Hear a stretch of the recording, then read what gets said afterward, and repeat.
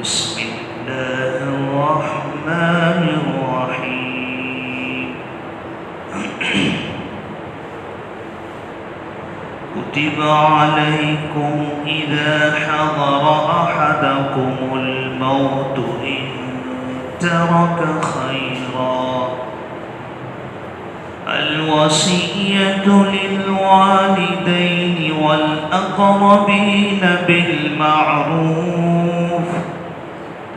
حقا على المتقين فمن بدله بعدما سمعه فإنما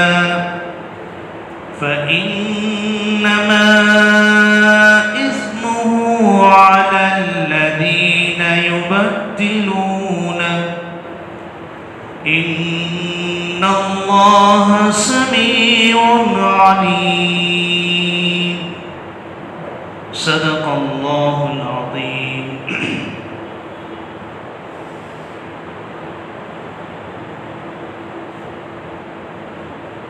ایک آدمی کا جب انتقال ہوتا ہے اور اس کے پاس بہت سارا مال ہو تو اس کے لیے وصیت کے کچھ احکام قرآن پاک نے دیے ہیں. گزشتہ پیر ہم نے وصیت کے کچھ احکام سنے ہیں. پھر سے میں بات کو جوڑنے کے لیے بالترتیب میت کی ترکہ میں میت جو مال چھوڑ کر جاتا ہے تو اس کو ترکہ کہتے ہیں. تو میت کے ترکہ میں بنیادی 4 حقوق. پہلا حق اس کی تجہیز و تکفین یعنی میت کی ضروریات، قبر، کفن، دفن، اس کے متعلق جتنے خرچے ہیں اس مال میں سے یہ پہلا حق میت کا ہوتا ہے. میت کے مال میں سے بہترین انداز میں اسے نبھایا جائے. نمبر 2، اس کے بعد اس کے مال میں سے جو دوسرا حق ہے وہ ہے قرض. اس سے متعلق قرض جو بھی ہے اس کو اس کے مال میں سے ادا کیا جائے. پھر مال بچت ہے، باقیہ ہے. تو نمبر 3، وصیت. اس کے مال میں سے جو اس نے وصیت کی ہوگی وہ وصیت اس کے مال میں سے دی جائے. وصیت میں پہلی بات وارث کو وصیت نہیں، یعنی شرعی حساب سے جو وارث بنتا ہے اور شریعت جو اسے وراثت دیتی ہے وہ اسے ملے گا. اس کے حق میں وصیت نہیں کی جائے گی.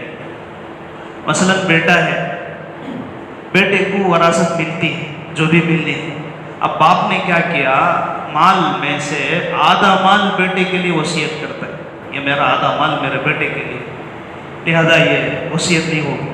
اسے جو شریعت دیتی ہے میراث جو ہوگا وہ اس کو ملے گا. ایک یہ وصیت. تیسرا حق اس کا ہے وصیت. اس میں سے پہلا مسئلہ یہ ہے جو بتایا گیا، نبی پاک علیہ السلام نے حجۃ الوداع کے موقع پر سب کے حق سامنے ایک بات بتلائی، ان اللہ تعالی اعطى لكل ذی حق حقہ. دوستو اللہ نے اب ہر حق والے کے حق کو بانٹ دیا ہے. یوصیکم اللہ فی اولادکم للذکر مثل حظ الانثیین. یہ پوری آیت ہے. باپ، بیٹا، ماں، بیوی، بچے، بہن، یہ سب کی تفصیل ہے. وہ ایک بہت گہرا علم ہے. کون محروم ہوتے ہیں، کس کو اس کا حصہ کم ہوتا ہے، کس کو کس کے ہوتے ہوئے کتنا دیا جائے، اسے میراث کہتے ہیں. اس کا ایک مستقل بیان ہے. ہم جو پڑھ رہے ہیں وہ وصیت ہے. تو نبی پاک علیہ السلام نے فرمایا کہ اللہ نے ہر حق والے کو حق دے دیا ہے اور فرمایا لا وصیت لوارث. وارث کے لیے کوئی وصیت نہیں ہے. وارث کو وصیت نہیں ہے، وارث کو میراث ہے. ایک بات یہ میت کے ترکہ میں سے تیسرا تجہیز و تکفین پہلا ہے، دین قرض یہ دوسرا ہے. تیسرا اس کی وصیت جو اس نے وصیت کی. تو وارث کے لیے وصیت نہیں ہے. جو غیر وارث ہے اس کو وصیت کر سکتا ہے، چاہے وہ رشتہ داروں میں سے ہوں چاہے اجنبیوں میں سے ہوں، اسے وصیت کرنے کی اجازت ہے. اور وصیت کرنا رشتہ دار یا غیر رشتہ دار مانا مثلا جس کسی رشتہ دار کو وراثت نہیں ملتی یہ تو اسے یہ وصیت کرنا چاہے تو کر سکتا ہے، لیکن وصیت مال کے تہائی حصے ہی میں ہوگی، بڑھ کر نہیں کر سکتا. اسے بھی نبی پاک علیہ الصلوۃ والسلام نے فرمایا تہائی حصے میں مال کی وصیت ہوگی، اور اس سے بڑھ کر اپنے چاہت کے مطابق سب کچھ دے دینا چاہے تو یہ بھی نہیں. اور اس کا چوتھا حق جو مال میت کے ترکہ میں سے ہے وہ میراث ہے. تو ایک انسان جب دنیا سے جاتا ہے اس کا مال ہو تو اس کے مال میں سے یہ 4 حقوق ہیں. نمبر 1 تجہیز و تکفین یعنی میت کی ضرورت. نمبر 2 دیون یعنی قرض اس کے اوپر جو ہے اس کی ادائیگی اس کے مال میں سے. نمبر 3 وصیت اگر اس نے کسی کو کی ہے، وصیت کے بڑے 2 احکام تھے، وہ وصیت اس کے مال میں سے نافذ پھر ہے. اب چوتھے درجے میں میراث. اب جو مال ہے وارثین کون ہے، کسے کیسا ملتا ہے، اسے تقسیم کیا جائے گا. یہ میت کے ترکہ کے یہ بنیادی حقوق ہیں. ان میں سے ہم جو پڑھ رہے ہیں وہ وصیت ہے. وصیت کے تعلق سے قرآن پاک نے جو آیت اب ہم نے تلاوت فرمائی ہے اس میں بالترتیب جزئی احکام دی ہیں. نمبر 1 کتب علیکم اذا حضر احدکم الموت ان ترک خیرا. کسی آدمی کے سامنے موت کے آثار نظر آنا شروع ہو گئے. اب معلوم ہے کہ قریب الموت ہے، قریب المرگ ہے، اور اس کی پراپرٹی اس کا مال بہت ہے. تو لکھا گیا، فرض کیا گیا تم پر کہ جب تم میں سے کسی کو موت کا وقت آ جائے، ان ترک خیرا اور اس نے مال چھوڑ رکھا ہو، الوصیت تو وصیت اس پر فرض کر دی گئی ہے. یہ یہاں تک ہم سنے تھے. دوستو میراث کا جب حکم نازل ہوا وصیت فرض جو تھی وہ ختم ہو گئی. اب وصیت فرض نہیں، وصیت جائز ہے. پہلے اس وقت کسی کو دینا ہوتا تو جیسے والدین کو بھی رشتہ داروں کو بھی مرنے والا اگر ان کے حق میں وصیت کرتا تو ہی دیا جاتا تھا. اب نہیں. اللہ نے جو جن کے لیے میراث والوں وارثین کو حق بتایا ہے وہ حق ان کو دیا جائے گا، اور اس کے بعد میت جو وصیت کرے گا وہ بھی نافذ ہوگی. تو آیت سے کیا بات سمجھ میں آتی ہے؟ وصیت جو فرض تھی وہ درجے سے ہٹ کر، درجے فرض سے ہٹ کر اب جائز. لہذا ایک آدمی کو وصیت کرنا جائز ہے. ایک کسے کر سکتا ہے؟ وارث کو نہیں کر سکتا، نمبر 1. نمبر 2 کتنے مال میں سے کر سکتا ہے؟ صرف تہائی مال میں سے کر سکتا ہے، اس سے زیادہ نہیں. یہ حقوق اب شریعت نے دیے. للوالدین والاقربین بالمعروف، والدین کے لیے اور رشتہ داروں کے لیے دستور کے موافق. یہ ہے. اب مان لو میت کا ترکہ ہے، اب اسے معلوم ہے والدین محروم ہو سکتے ہیں یا والدین کو نہیں ملتا، تو والدین اگر وارث نہیں بنتے ہیں تو اس کی وصیت اس میں نافذ ہوگی. اسی طرح سے رشتہ دار، بعض رشتہ دار ان کو وراثت نہیں مل رہی ہے، تو جن رشتہ داروں کو وراثت نہیں ملتی ان رشتہ داروں میں اس کی وصیت نافذ ہوگی. بالمعروف دستور کے موافق، بالمعروف حسب قانون. وہ کیا ہے؟ عمداً جانتے ہوئے کسی کو کسی پر آپ نہیں کر سکتے. مثلا میرے بڑے بیٹے سے مجھے بہت محبت ہے تو میں نے یہ کیا، سب کو محروم کر کر پورا مال میں اسے دیتا ہوں. یہ قانون نہیں، یہ دستور نہیں، یہ معاشرے کی بات ایسی اچھی نہیں ہے. ایسا نہیں کر سکتے. اگر کرنے والا ایسا کرا تو بھی شریعت اسے مانتی نہیں. کیوں؟ اور بھی حقوق ہیں اس کے ساتھ، اور اس کا جو حق قرآن نے طے کیا ہے وارث کا، وہ حق اسے ملے گا۔ ہاں اگر اسے وراثت نہیں ملتی ہے، تو وصیت مل سکتی ہے۔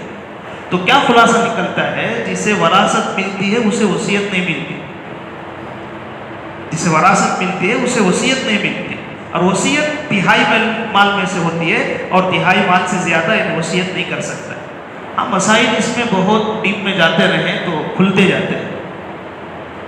تو للوالدین والاقربین بالمعروف، دستور کے موافق، یعنی جس کو جیسا حق ہے ویسا۔ حقا علی المتقین، یہاں ایک جملہ ہے کہ اب ہم اردو میں جب ترجمہ کرتے ہیں اس کا، تو متقین پر لازم ہے دستور کے موافق وصیت کرنا، متقین پر واجب ہے، متقین پر لازم ہے۔ جب بھی ہم قرآن پڑھیں گے، متقین کو تو کون لوگ ہیں؟ بہت بڑے اللہ والے ہیں نہیں ہے، یہاں پر غور سے دیکھیں آپ، حق تلفی سے بچنے والوں کے لیے یہ قانون ضروری ہے۔ ہمارے جانب سے کسی کا حق نہیں چھیننا، اسے متقی قرآن کہتا ہے۔ یہ بہت بڑی بات ہے۔ مال کے تعلق سے کسی کی حق تلفی میری جانب سے نہ ہو، میں کسی کا حق چھین نہ لوں۔ نبی پاک علیہ السلام نے فرمایا، اس سے پہلے بھی روایت میں نے سنائی، غالباً حضرت ابو ہریرہ راوی ہیں، فرماتے ہیں ایک آدمی 60 سال عبادت کی زندگی گزار لیتا ہے، ایک عورت 60 سال کی زندگی بہترین عبادت میں گزار لیتی ہے، لیکن جب موت کا وقت قریب آتا ہے تو مال کے تعلق سے کسی کی حق تلفی کر چلا جاتا ہے۔ وہ کیسا کرتا ہے؟ اس کا حق تھا، اسے چھین کر اسے دینا چاہتا ہے۔ یہ جانے والا متقی نہیں ہے، اچھا نہیں کیا اس نے، ایک حق چھین کر ایسا دیا ہے۔ بہت ڈیپ بات ہے یہ، تو تمہیں جو کرنا ہے وہ کر جاؤ، بلا وجہ ایسا نہ کرو۔ اور آج دنیا میں ہم جو چاہتے ہیں، ہم چار بیٹھے جو ہمیں سمجھ میں آیا ان مال کے حقوق کے تعلق سے وہ کر جاتے ہیں۔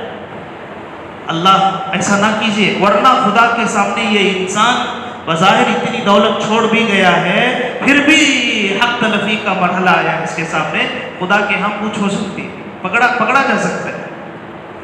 تو حقا علی المتقین، حق تلفی سے بچنے والوں کے لیے لازم ہے۔ اگر تو کسی کے حق تلفی سے بچنا چاہتا ہے یہ کر، نہیں حق چھین کر ادھر ادھر کرنا چاہتا ہے تو متقی نہیں ہے۔ اسی لیے تقوی کا معنی ہی آتا ہے بچنے کے۔ تو قرآن نے تیسری بات ذکر فرمائی، حقا علی المتقین، حق تلفی سے بچنے والوں پر یہ لازم ہے کہ آپ زندگی ختم کر جا رہے ہو تو مال کے تعلق سے کسی کا حق چھیننا لازم نہ ہے۔ اور سخت وعید آپ نے سنائی۔ نمبر 4، چوتھی بات، وصیت کو بدلنا جائز نہیں ہے۔ وصیت کو بدلنا جائز نہیں ہے۔ ایک وصیت کی گئی ہے اسلامی دستور کے مطابق، اب اسے بدلنا جائز نہیں، اور وصیت کا بدلنا اس کے کئی طریقے ہیں۔ نمبر 1، فَمَن بَدَّلَهُ بَعْدَمَا سَمِعَهُ فَإِنَّمَا إِثْمُهُ عَلَى الَّذِينَ يُبَدِّلُونَهُ۔ پہلا حکم کیسا بدلتا ہے دیکھیے، ایک وصیت لکھنے والا برابر دستور کے مطابق وصیت لکھا، مرنے والا یہ وصیت کر، اور وصیت لکھنے کی صورت میں جو موجود تھے، 2 تھے 3 تھے جو بھی تھے، یہ تھے، اس کے علاوہ کوئی نہیں تھے، جب یہ مر گیا تو انہوں نے اس وصیت میں کچھ تبدیلی کر دی، نام بدل لیا، اس نے لکھ کر رکھا ہے ایک، اس پر کیوں یہ ہے تو ایسا ہو جاتا، ایسا رہے تو اسے ملتا۔ کون بدل رہا ہے؟ جس نے وصیت سنا ہے، دیکھ بیٹا یہ مال ہے، انہیں وراثت میں اسے ملتا، فلانا رشتہ دار ہے اسے وراثت نہیں ملتی، لہذا میں اس کے حق میں فلانے کے تہائی مال کو نہیں. تو انہیں یہ دشمن کو جا کے نہ دے کو جاتے نا، اب مجھے نہیں ہو رہا ہے، دشمن ہمارا یہ ہمارے ابا دادا بھی بڑے عجیب آدمی ہیں، اسے دے دی. اچھا لکھو تو تمہارے بات میں کرتا ہوں، دیکھو ایک کام تو ہو گیا. اٹھ کے بعد پھٹ بول کر نام بدل دیا گیا یا کوئی کر گئے، جبکہ انہوں نے سنا بھی ہے اور دیکھا بھی ہے. اسی لیے شریعت کہتی ہے جب وصیت مال کے تعلق سے آپ لکھتے ہیں گواہ بناؤ، کسی کو گواہ بنا لو. اب ان کے لیے گواہ بھی بدل جائے یہ بھی مسئلہ ہے. دو کو رکھ کر آپ گواہ بنا کر دیکھ بات دستور اسلام کے حساب سے جیسا ہے، مفتی صاحب سے میں نے پوچھا ہے یہ طریقہ ہے، یہ میں لکھ کر رکھتا ہوں، اگر میری موت اچانک ہو جائے تو یہ بات ایسی ہے، آپ دونوں گواہ رہو. بہتر ہے جب کل کے بعد کوئی بات آئے گی تو اگر کچھ مسئلہ درپیش ہوتا ہے تو یہ دونوں گواہ ہیں. تو وصیت کو بدلنے کا پہلا طریقہ یہ ہے کہ جس نے اس کو بدلا سننے کے بعد، فمن بدلہ بعد ما سمع، جانے والا اچھا کام کر کے جا رہا ہے، رہنے والا کر رہا ہے، جو زندہ ہے کسی بھی مقصد سے کر رہا ہے، تو اللہ فرماتے ہیں فَإِنَّمَا إِثْمُهُ عَلَى الَّذِينَ يُبَدِّلُونَ، وصیت کو جو بدلنے والے ہیں، جس کا بھی حق چھن جائے گا اس کا گناہ بدلنے والوں پر ہے، جانے والے پر نہیں ہے. جو بھی بدل رہے ہیں اس وصیت کو تبدیل کر رہے ہیں اس کا گناہ ان پر ہوگا، جانے والا پاک ہے اس کا گناہ اس پر نہیں ہوگا. تو فرمایا پہلی شکل فَمَن بَدَّلَهُ بَعْدَ مَا سَمِعَ فَإِنَّمَا إِثْمُهُ عَلَى الَّذِينَ يُبَدِّلُونَ، تو یقیناً بدلنے کا گناہ ان لوگوں پر ہے جو انہوں نے اس کو بدلا ہے. اس کے بعد 20 کی ایک آیت ہے اِنَّ اللَّهَ سَمِيعٌ عَلِيمٌ، یہ 20 میں آیت ہے. یہ اللہ تعالیٰ ہر بولنے والے کی بول کو سنتا بھی ہے، جانتا بھی ہے. آج تمہیں اسے بدل کر دنیا میں زندہ رہے ہیں اس لیے اس کے مال میں کچھ تبدیلی کر کر اس سے محروم کر کر اسے دلوا کر اس طرح سے تم نے کر لیا. کیا وہ جانے والا جب وصیت میں جملے بولے تھے خدا نے نہیں سنا، اور اس نے جو وصیت میں لکھے تھے خدا کو اس کا علم نہیں ہے؟ سب اللہ جانتا ہے. کل جب تم قیامت میں اللہ کے سامنے آؤ گے، جنہوں نے ان وصیتوں کو بدلا ہے، اللہ رب العزت ان کا جو حق جن کو ملتا تھا ان کو پکڑ کر ان کے سامنے دیکھ تیرا حق اس نے چھینا ہے. آ جائے کیسا؟ فلانے نے تیرے حق میں یہ وصیت لکھی تھی اور اس نے بیچ میں آ کر اس وصیت میں ایسی تبدیلی کی، ایسا بدلا ہے کسی بھی مقصد کے خاطر، ورنہ تو حقدار تھا یہ نہیں تھا. اب وہ حق کے لیے کھڑا ہو جائے. تو اس لیے قرآن فرماتا ہے مسلمانوں آپ اللہ کو حاضر و ناظر ماننے والے ہو. جب بھی تم کوئی غلطی کرتے ہو یہ سوچ لو جو غلطی تم کر رہے ہو اس کو خدا دیکھ رہا ہے، جو غلطی تم کر رہے ہو خدا اسے سن رہا ہے، جو غلطی تمہارے سے شادی ہو رہی ہے یہ خدا کے علم سے باہر نہیں ہے. آج چند ٹکیوں کی وجہ سے اس طرح سے بہت ہیں ایسے. ایک بہت بڑی پراپرٹی مسئلہ ہے، بہت بڑی پراپرٹی، اور بیچارے اللہ والے ماننے والے انہوں نے وصیت موافق برابر لکھی. وصیت نامہ جب ہونے کے بعد دیکھا گیا تو صرف نام اسلم سلیم الف کاٹ کر یا بڑھا دیا. اسلم نام ہے، الف کاٹ کر کیسے کہ یا بڑھا سلیم بنا دیا، اور وہ اسلم کوئی اور سلیم کوئی. اب جو تھے نہیں نا یہ ہو ہی نہیں سکتا نا، ہمارے سامنے ایسی بات آئی نہیں ہے، یہ الگ رشتے میں الگ چیز آدمی ہے، یہ ایسا ہے نہیں بھائی دیکھو لکھے ہی پوری بات ہے ایسا ہے. اور بعض اسے کہہ رہے ایسا نہیں ہے، ہڑپ کر گئے. یہ زندہ رہنے والوں کی کرامتیں، زندگی سے ایسا غلط فائدہ نہیں اٹھایا جاتا. زندگی ہے نہیں، انہیں مر کر چلا گیا. آپ میری زندگی دیکھو میں کیسا کھیلتا ہوں. انسانوں کھیلو مت، یہ زندگی تمہاری میں ختم ہوتی ہے. آج انسان کو زندگی ملی. ایک آدمی میرے سامنے میرا بڑا بھائی مر گیا، میں بات پر درست ہو گیا، آپ دیکھ میں اس کے میں کیا کیا کرتا ہوں. یہ کھیلتا ہے اور ایسا کھیل کھیلتا ہے اس کے بعد آنے والے اس کے ساتھ زبردست کھیلتے ہیں. نہیں، زندگی کا فائدہ ایسا نہیں ہے. زندگی کا فائدہ ایسا ہے کہ وہ جو چیز جیسی ہے ویسے اسے رکھ کر آپ دوسروں کو فائدہ دے کر جائیے. یہ ایسا نہ کیجیے. آج انسانوں میں بہت خطرناک ایک بیماری یہ ہے، میں زندہ ہوں، جب تک میری کیا ہو، مرنے تک کیا دیکھ لیں گے کیا ہوتا، جب الٹا سیدھا بایاں دایاں آگے پیچھے کر کر کھپ جاتا ہے. اور جب یہ چلا جاتا ہے تو زندگی جو کھلتی ہے خدا کے سامنے بہت گندی ہے، بہت گندی ہے. اور کیا حلیہ ہمارا ہوتا ہے، انداز کلام اور انداز تکلم اور ہمارا رہن سہن، ہماری گفتگو ایسی رہتی ہے، سب پڑھتے ہیں.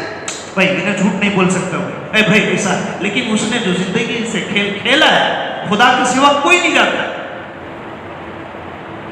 ایسے بہت ساری زندگیاں چھپی ہوئی ہیں، ہمیں واضح نہیں کر سکتے. آپ بچانے والے دینے والے دے کر گئے اور پورا مسئلہ ہوا، پیچھے ملے ایک سے دو تین اس کے ساتھ زبردست کھیل کھیل رہے. اب ہماری کتنی پراپرٹیاں ہیں مسلمانوں کی، ہمارے دوسروں کو دی گئی ہیں، اور اس میں انہوں نے کیا کیا نہیں کیا ہے اور کیا کیا نہیں کر رہے. خود رشتہ داروں میں بھی اسی بات ہے.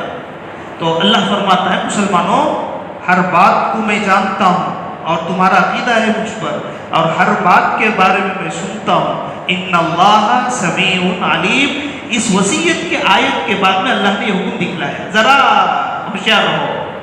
تو بہرحال وصیت کو بدلنے کا ایک طریقہ اس آیت میں. نمبر 2، وصیت بدلنے کا دوسرا طریقہ، فمن خاف من موص جنفا او اثما فاصلح بینہم فلا اثم علیہ ان اللہ غفور رحیم. تبدیلی دوسری شکل، ایک آدمی وصیت لکھ رہا ہے، اور وصیت جو لکھ رہا ہے وہ اسلامی قانون کے موافق نہیں ہے. لکھ چکا، جیسی وصیت کرنی تھی ویسی نہیں، جیسا انہوں نے سمجھا ویسی. اب یہ مفتی صاحب سے ہی یا ایک عالم سے ہی یا مسئلہ جاننے والے سے ہی وہاں پہنچا، دیکھا بھائی کیا ہے، نہیں جی دیکھو یہ وصیت ہے سب کے لیے. ارے یہ قانون تو ایسا نہیں ہے نا، اسے بدلو. بدلنے کی شکل بدلو اسے. ارے لکھ چکے، نہیں بدلو اسے. بدلاتا ہے، اب یہ بدلاتا ہے اسے. غور سے دکھنا، یہ بدلانے والا گنہگار نہیں ہے، یہ بدلانے والا اس کے ساتھ اصلاح کرنے والا ہے. باعث اجر ہے، باعث ثواب ہے. قانون جان کر وہ بدلا رہا ہے. جیسے نبی پاک علیہ السلام حضرت سعد بن ابی وقاص رضی اللہ تعالیٰ، موت کا وقت تھا، بالکل بیمار ہو گئے، چوزے ہو گئے، اچھے تھے. آپ عیادت کے لیے گئے. بعض مرتبہ عیادت میں بہت بڑا فائدہ حل ہوتا ہے، بہت بڑا فائدہ ہے. وہ بھی بڑے لوگ جب عیادت کرتے ہیں تو بہت سارے مسئلے حل ہوتے ہیں. عیادت کے اندر، مریض کی عیادت میں ایک بڑے فائدے ہیں. یہ فائدوں کے تحت ایک بات، ایک مرتبہ آپ علیہ السلام نے ایک آدمی سے جب معلوم ہوا کہ بہت بیمار ہے، ملنے گئے، زیارت کی، دیکھا تو واقعی سوچا آپ نے کیا وجہ ہوگی ان کی، کیوں ایسے ہیں یہ، حالانکہ اچھے آدمی ہیں. تو اچانک آپ نے ان سے ایک سوال کیا، اللہ سے آپ کچھ مانگتے تھے؟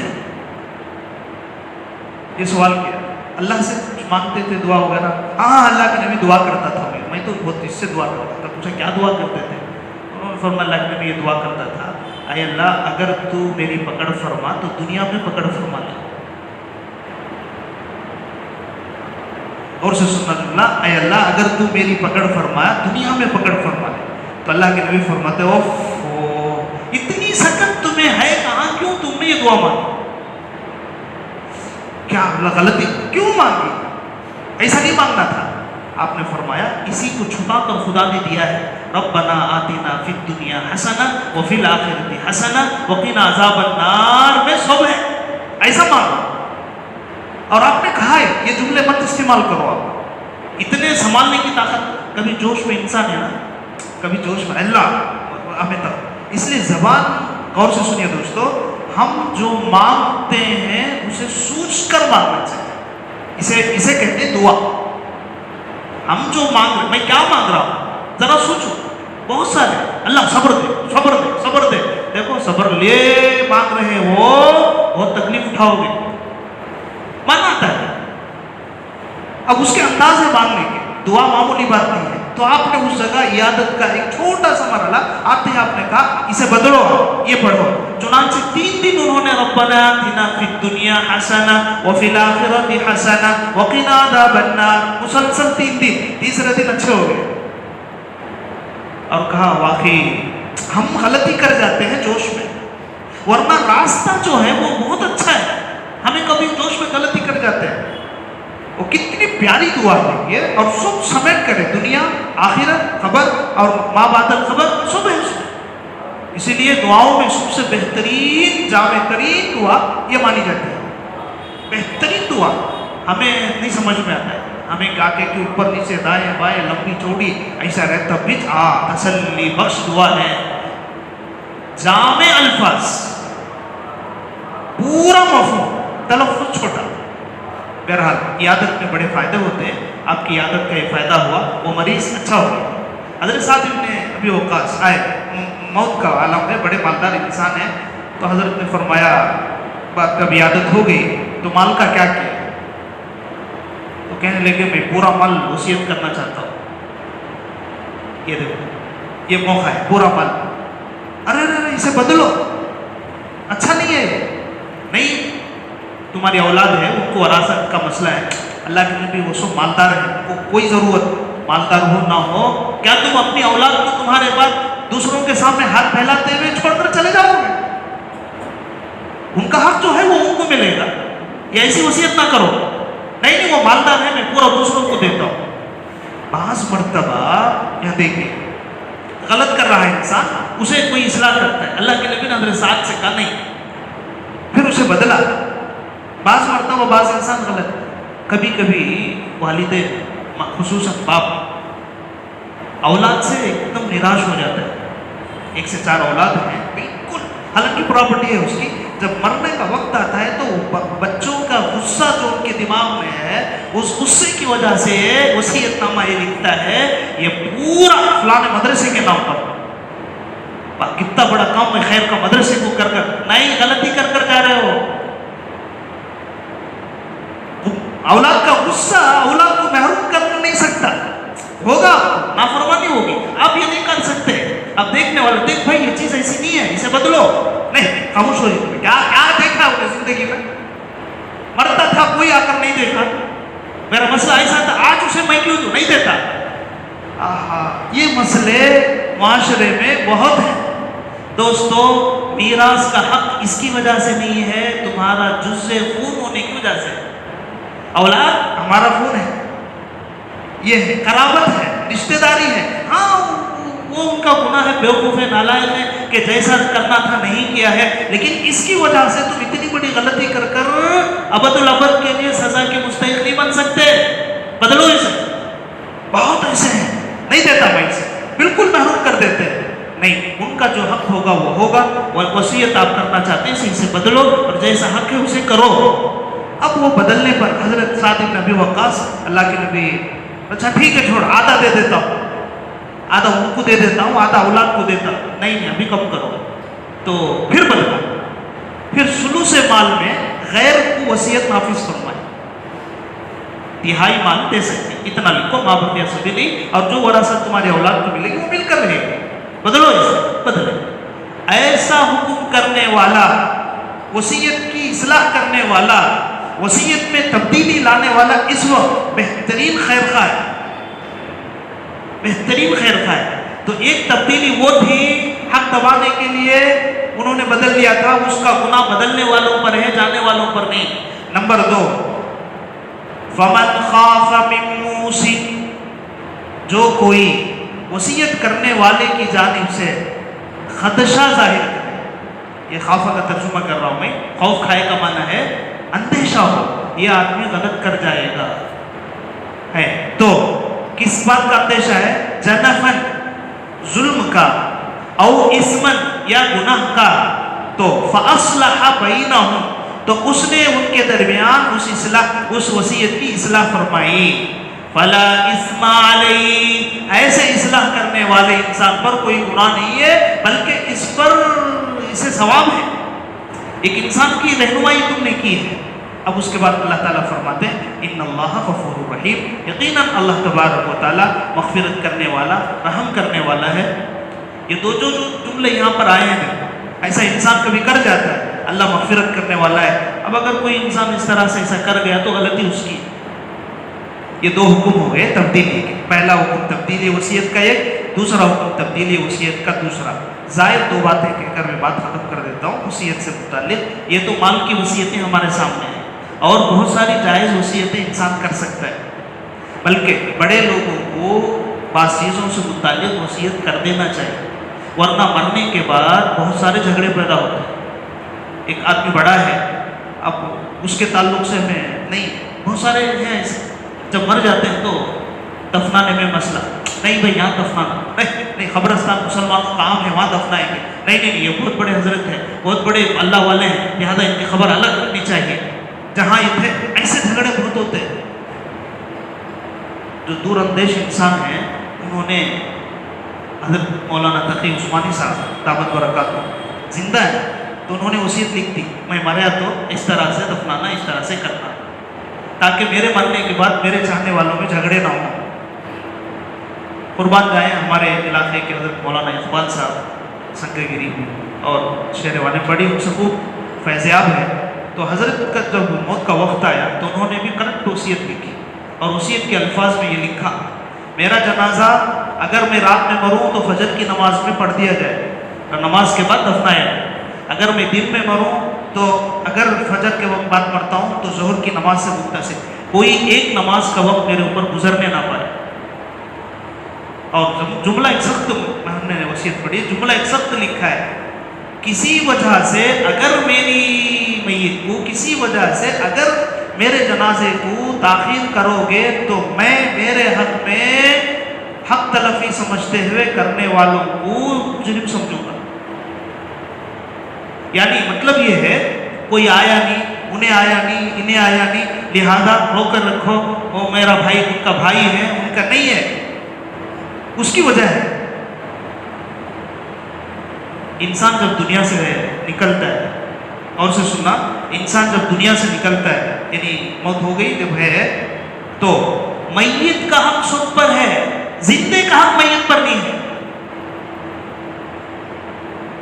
اس کا حق تم پر یہ ہے کہ جلدی کرو، نہلاؤ دھلاؤ لے جاؤ، تمہارا حق اس پر نہیں ہے میں آ رہا ہوں روکو، میں دیکھ رہا ہوں روکو، مجھے انتظار کرو، یہ تیرا حق اس پر آ سکتا ہی نہیں ہے۔ ایک اصول ہے۔